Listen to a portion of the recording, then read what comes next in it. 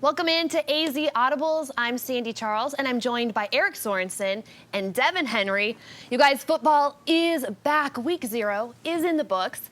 We're going to break down what we saw. Eric, first, what were your takeaways? Well, first, Sandy, welcome. It's nice to see you. It's nice to have you here.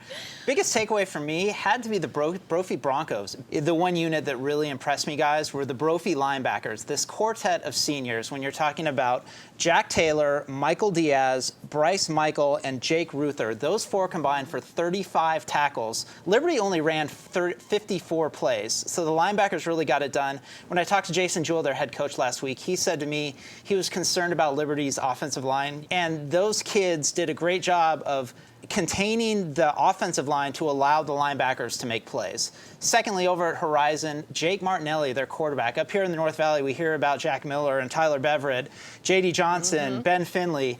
Jake Martinelli, really nice player, dual threat quarterback, and he had a great game against Marana, ran for 2 touchdowns, threw for 2 more. He's a player to keep your eye on as the season goes on. Well, Eric, I know everyone this year is going to be looking at the Open 8, the Open 8, the Open 8. Who's in the Open 8? I'm going to look at what Centennial did on Friday night, beating Castile by just about a touchdown. And that's great for Castile. Everyone's talking about what's going to happen with the 8 that go into the tournament.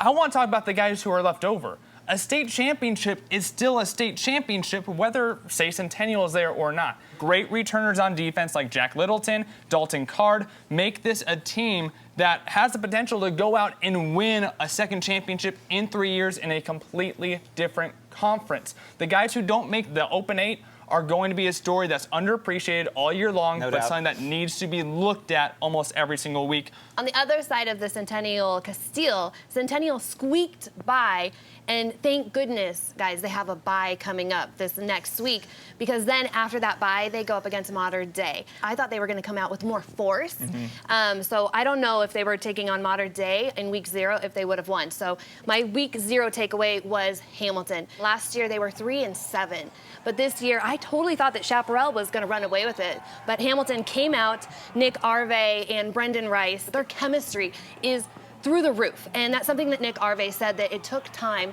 This wasn't something that came naturally to them, so I'm excited to see them as the year goes on. So week 1, who are you most excited to see? Week 0, I think a lot of these teams, I'm willing to give them a pass because there is no preseason. These teams scrimmage, but you don't really see a lot in these scrimmages. So in talking to some of these head coaches, you see the biggest jump in improvement between week 0 and week 1.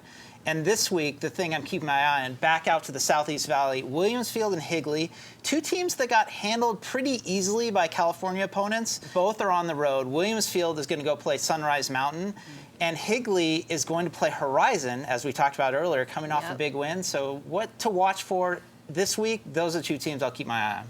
Can anyone tell me?